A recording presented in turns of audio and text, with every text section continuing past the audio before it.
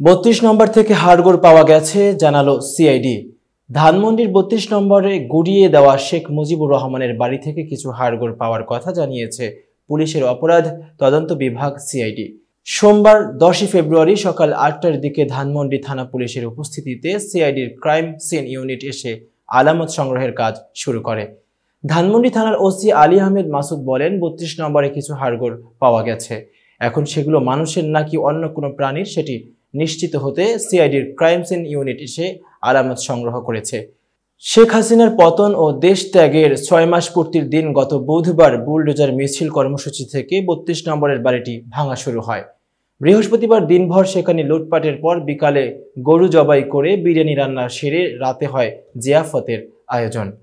এতক্ষণ বার্তা বৈঠকের সাথে থাকার জন্য ধন্যবাদ। নতুন নতুন তথ্য ও সংবাদ পেতে বার্তা বৈঠকের ইউটিউব চ্যানেল ও ফেসবুক পেজের সাথেই থাকুন।